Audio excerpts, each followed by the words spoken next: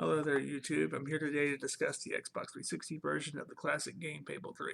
The game itself is a solid offering from the now defunct Lionhead Studios that sees you in the role of Prince or Princess of Albion, leading a revolt against your older brother King Logan, who is portrayed as a tyrannical and the steps it takes to amass a following large enough to rebel against his regime. The game itself wasn't without its flaws, which we'll get into in just a moment, but overall it stays consistent with the previous games in the series.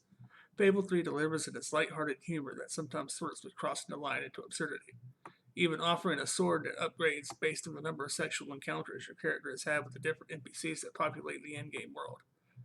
That said, the biggest off-putting points for me were in some of the not-so-subtle nuances of the game's mechanics. For instance, your sword placement was futile, as a good 9 out of your 10 of your strikes will be blocked or missed completely, prolonging combat over the other weapons choices. Ranged attacks are more effective, obviously, because it's hard to block an incoming bullet with a sword, or even harder to slice someone who is shooting you in the face repeatedly before you're even within reach of a melee weapon.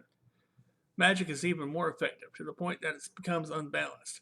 Through spell weaving, I found out that Fireball and Vortex cross together at a high level will often wipe out entire screens of enemies, and it's easy enough to charge before the enemies even get in close range. One of my larger gripes of the game, however, is its lack of menus. What this means to the player is that buying and selling of multiple items has to be done one at a time. Stop at a vendor to buy 10 health potions, and you have to approach the stall the health potions displayed in and make 10 separate purchases. Apparently, in the age of industrial evolution, no one in Albion figured out how to make a 12-pack of anything. Not health potions, not beer, not condoms, anything.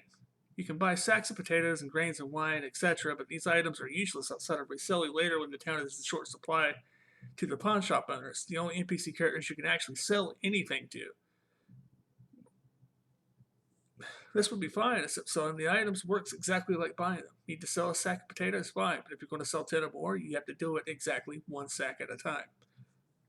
The lack of menus also makes changing equipment and keeping an inventory what your character is in possession of a frustrating task as well.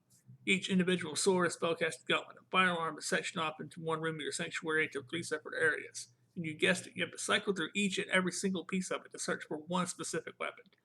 I don't see why there couldn't have been a drop-down list of all your swords, scroll through one, pick it, and then have the game give you the information on that specific piece.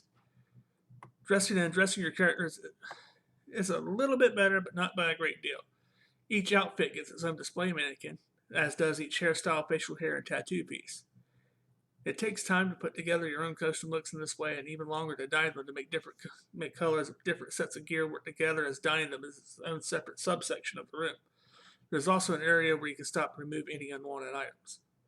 The treasury area is the only room in the game that shows you exactly how much gold you have through not just through the visual representation in the back of the room, but the ledger that's presented in the middle. The ledger shows your exact balance, and later in gameplay, it also reveals to you the treasury of Albion's.